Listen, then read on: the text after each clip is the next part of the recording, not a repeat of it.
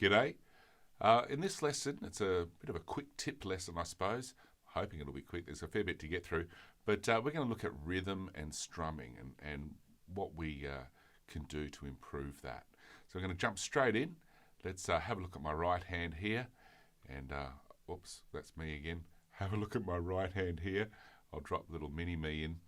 Okay, so first of all, we have to look at how we hold the pick. This is a pick. This edge here, which will be the closest to the guitar, is the edge that I like to use to contact the strings. So that part there, not so much the tip, and certainly not the back. Okay, so this forward edge of your pick, we need to get that so it's lined up. Where's my camera? There we go. With the curvature of our thumb. So this is the edge of the thumb that will be against the strings. Turn that a little bit more so you can see. I need to come further back to be in focus. There we go. That there is where the pick's going to be. And we tend to run that pick along that edge. There we go. There we go.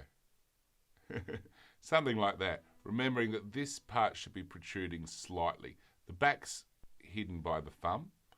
If you were to look down on it that way yourself while you're holding it, you should see about a millimetre of pick showing out at that forward edge. Hopefully that makes sense.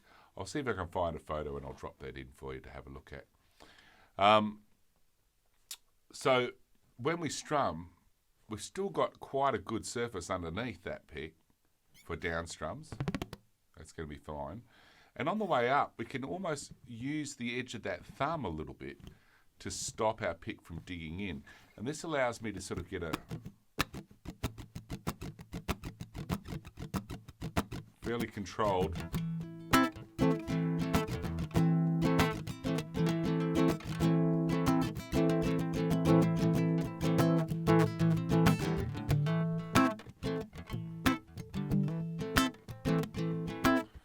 strum pattern going. Now, the other thing you'll notice is these two fingers here are not doing anything in this. The pinky, however, is touching the face of the guitar. And I like to slide that with the shape of my hand without changing the shape of my hand. We do not do this. I don't want you to do that. That's no good at all. But the hand retains its shape and we're moving up and down like that. The strum's coming from our elbow. So I'm just muting the strings, as you can see here, just by touching them. So we just get that lovely muted sound. Okay.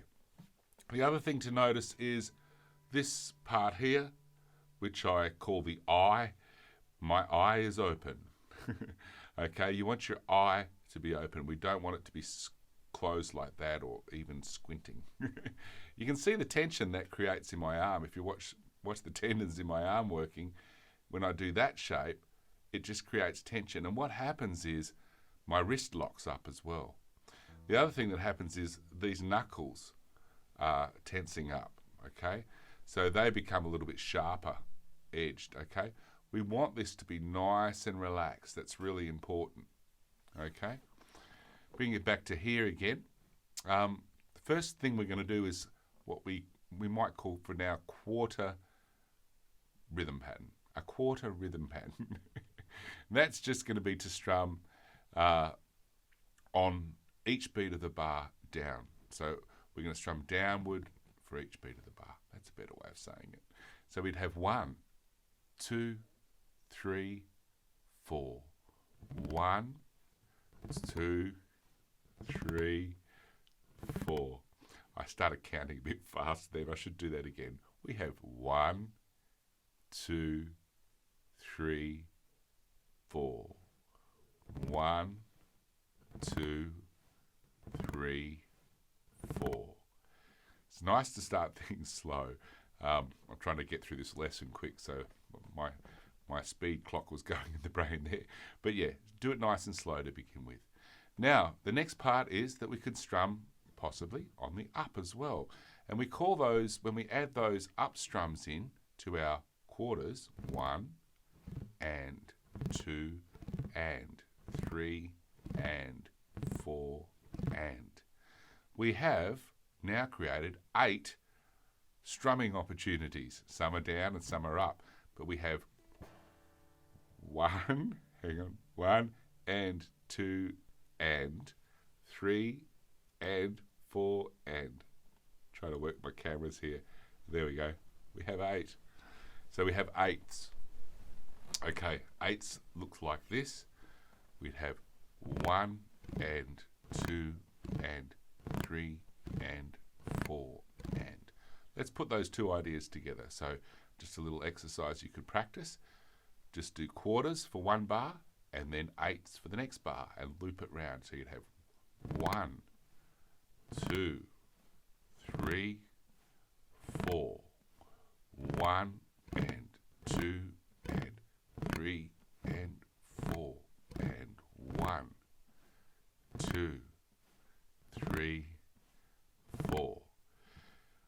Obviously, when we're playing rhythm, we don't strum every time our hand goes past the strings. We're missing sometimes and strumming others, depending on what flavour we want to give the piece of music. For example, I might strum just on a G chord. I'll show you my G chord. There's G. All right. We might strum something like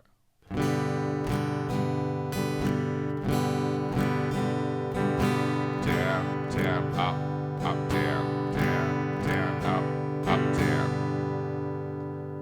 Hopefully my audio syncing with it.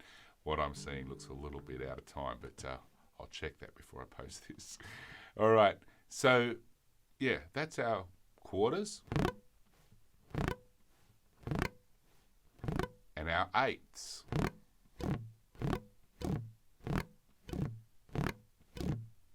Okay. In fact, they're the same thing. So this is what I was mentioning earlier. Your hand can't move down and then move down again. It has to come back up. So really our arm's moving in 8s. We might choose to just strum on the quarters, as we did in the quarter example. Okay. Or we might do a combination of both. We might do down, down, up, down, as I did in the rhythm demonstration. There's one more. This is probably the one I get the most mileage out of. This is 16ths. So we'd have 1 and 2 and 3 and 4 and 16. Okay? And that looks like this. So we'd have 1 and 2 and 3 and 4 and. Okay. So those increments are really great. You could use that with country, funk, jazz, whatever you want, really. It just depends which increments you're going to strum on. Most rhythms will fit into with your arm moving either in an 8th pattern or a 16th pattern, that sort of pattern. So you can find most rhythms in there. And I'll often say to people get caught up in, well, what's the exact, I want to know the exact strum. It'll do your head in. You can't play along with anyone musically trying to mimic their strum. You've got to understand the strum is relating to the timing. And if you play in time, someone may be playing a simple quarter thing like that, and the other person might be going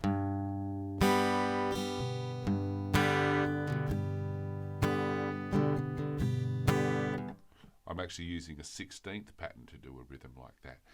And the two rhythms will complement each other. The only problem there is that they're both playing the same chord. That may not sound as good. You might want to mix it up with someone playing, for example, a G like that, or a G like this, or a G like this. There are different ways we can do Gs. So Yeah, two rhythm guitars generally don't play the same chord. It's just what I'm trying to get to there.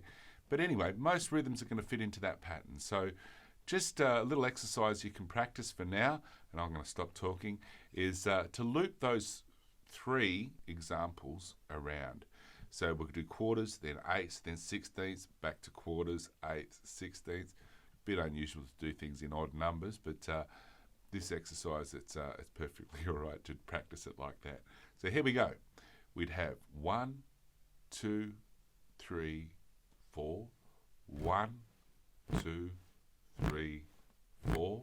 1 and 2 and 3 and 4 and 1 and a 2 and a 3 and a 4 and a 1, 2, 3, 4. You can keep looping it. So that's basically how I tackle rhythm. You can have a lot of fun with it, experimenting, trying your own different takes on that. For example, a 16th pattern, you might be able to do a reggae kind of a thing where you 1 and a 2 and a 3 and a 4 and a...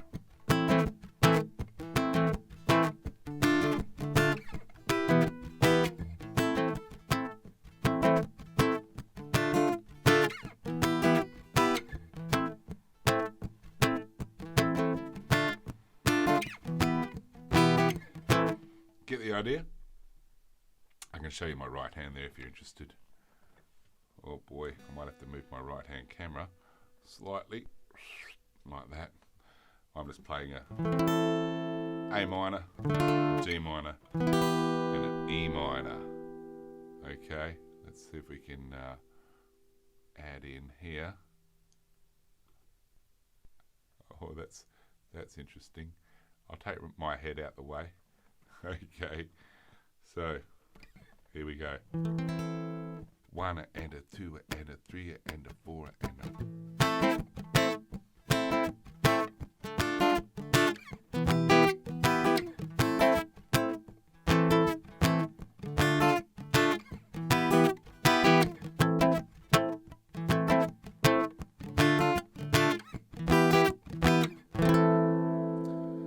Another example might be in a country kind of a vein. Once again, in 16ths, 1 and a 2 and a 3 and a 4.